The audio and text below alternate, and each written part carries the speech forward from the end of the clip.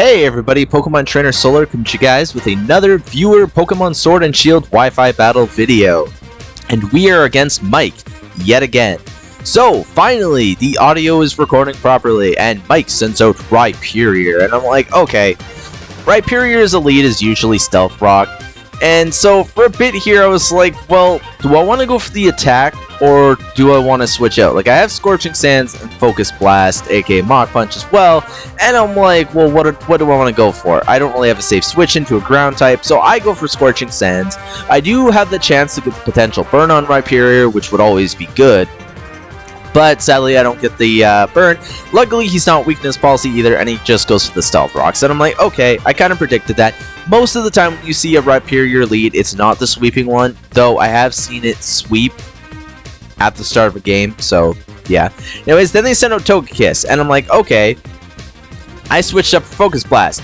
Doesn't matter because it misses, and I'm like, oh, Togekiss. This thing's probably going to be a paraflinching set. Looking at his team, he had a few paraflinchers.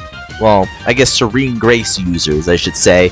And I was like, oh great, this is going to be brutal, isn't it? So I sent out Moderna, my Poiple. I've wanted this Poiple to work for quite some time, but have yet to actually figure out a way to get it to work. I'm like, okay, Thunder Wave's not too bad, I have Rest. Rest is perfect. I have Toxic, Charm, Rest, Sleep Talk. All I'm here is to annoy the F out of the opponent. So I go for the Rest, and here comes the Air Slash. And you guys wouldn't believe it, but I get flinched. And of course, he doesn't miss Air Slash, but we all seen in my previous videos that I miss Air Slash all the time. He hits another one, and guess what happens here? He gets another flinch, and I'm like, okay, I have one more turn to actually get off this Rest. And he goes for the Air Slash, doesn't miss, and guess what happens? I flinch. So, Moderna, once again, literally did nothing. I was a little bit salty about that, but there's nothing I could do. I didn't want to switch in and just be flinch death on an actual offensive Pokemon. So, yeah, and then I'm like, okay, what Pokemon would be good? Electroid, my Electabuzz. Hopefully you guys get all these nicknames, by the way. I'm like, Electabuzz could hurt this Pokemon. I should be able to outspeed it, hopefully. I am max speed. And so I just go for the attack. And, yeah, we'll see what he does. He withdraws, probably going into Rhyperior. But no, he goes into Torkoal, the turtle, who's going to set up the Drought. And I'm like, oh, Drought, eh? I do have Magmar that can benefit from that, but luckily, no. So I go for the Volt Switch just in case he switched, and that does about a third of Torkoal's HP and damage, and I'm like, oh, that's pretty solid. So I switch into my good ol', I believe, Nidorino? No, I switch into Hop to it here, my Wigglytuff. My big ol' beastly Wigglytuff, which is actually my Stealth Rock user, by the way. And I don't think I brought any shiny Pokemon.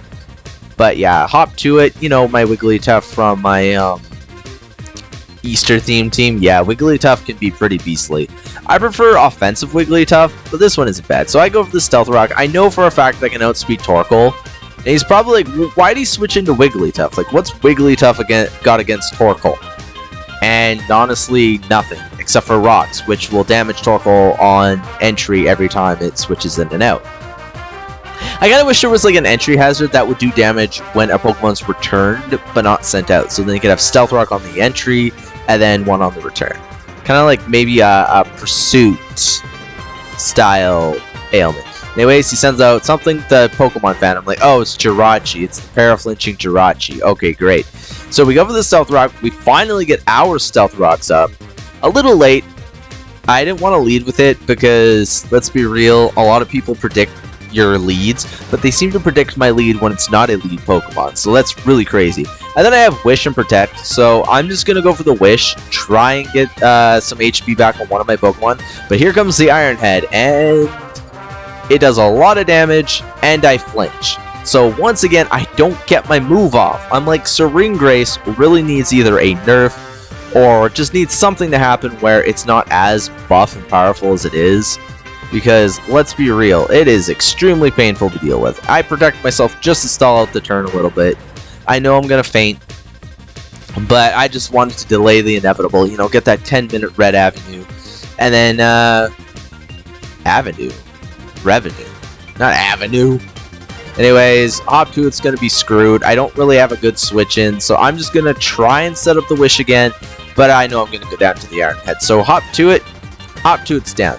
Now, I came into this battle, you know, expecting a fun one like he wanted, but turns out he was bringing, like, really powerful Pokemon. I brought Pokemon that are literally either in the lowest of tiers or not even in a tier at all. And I was like, am I even going to win this? And I was like, yeah, there's no way I'm going to win this. Anyways, Nidorino, I named it Nidorino because Nidorina is shiny, makes it look like Nidorino. And I do have the counter, which is beautiful. So it's going to go for the Iron Head, which shouldn't do too much because I am Eviolite. And I flinch, and I'm like, oh my god. No, I'm not Eviolite, I'm Black Sludge. Which, surprisingly, that didn't do very much. If I had Eviolite, that I would have survived a lot more. But I have counter, right? So I have to rely on, you know, taking damage. So I don't want to not take a lot of damage. So I go for the counter. Counter does a decent amount of damage. But it didn't do too much to us. So counter's damage back at him wasn't very high. Now I'm just going to go for the attack again. No, I believe I go for Toxic Spikes, right? Because I'm expecting to die and not get off the counter. Plus, I don't know if I actually outspeed or not because I was using a negative priority move while he was using a regular priority move, so there's no way of telling. So he switches out and sends out Raboot. And we all know that thing's going to have Libero because why not? So we got the rocks up, and here comes my Toxic Spikes. So now we have some poison out on the battlefield, and we should be ready to go. I could always go for another one, and then for some reason the video, like, the match was really delayed. Every time my Pokemon would need Black Sludge, it would be like a weird pause. The only part of the match that was like really laggy, I don't know whose connection it was, if it was mine or his, but something was going on in this match. And I have something stuck in my tooth while I'm trying to record, and it's tickling my tongue, which is very agitating. But anyways, he's taking a while. He's gonna go for the U-turn, which won't KO me, honestly. That's not bad at all. So it's gonna go for the bug type. It does very little damage to me, though more than you'd expect, considering Jirachi really didn't do that much, and it's probably max attack. Probably max attack, max speed, like most Jirachis are, kind of like Victini. Or max special attack, max speed, depending on which variant you want to run. In comes Venusaur, and I'm like, oh great, it's Venusaur, and he removed my Toxic Spikes, which I got my Toxic Spikes back up. But it's really not going to do anything. I completely forgot about Venusaur. Like, this battle, I was just having fun. So I didn't really pay attention to, like, what Pokemon he had. So now I'm just going to go for the Poison Jab, expecting him to go for whatever attack he wants to go for. And remember, we do not use Dynamax in these battles, so, yeah. So he's going to go for the Fire-type Weather Ball, and I'm like, ooh, I'm dead. I'm not specially defensive, I'm defensive. And so Nidorino, the Nidorina, is down. And he's Life Orb, like most Venusaur are. And I'm like, well, Blarg here gets powered up in the sun, right? So I'm going to send out Blarg, because Blarg is amazing. But he's going to take rocks damage, which hurts him a ton. Like, you see that damage? That damage is just way over the top. And now I'm like, okay, well, I got to go for the Fire Blast. I can't miss the Fire Blast. Even if Torkoal comes out, Torkoal is physically defensive. So, and it's like, no, it's Togekiss. And I'm like, oh. Okay, can we hit the Togekiss? And we land the Fire Blast in the sun, and it does less than half. And I'm like, are you serious? Like, what am I supposed to do to this thing? This thing is just too powerful. I know it's going to outspeed me because Togekiss is fast, but I outspeed, and I miss the Fire Blast, and he's able to get the Thunder Wave off. Like I said, I miss all my attacks. Yeah, do you think he missed Air Slash or Thunder Wave once this match? No.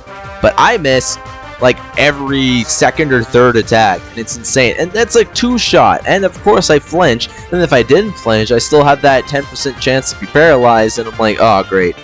And yep, didn't miss a single Air Slash, and now my last chance of victory, Blarg, has been defeated.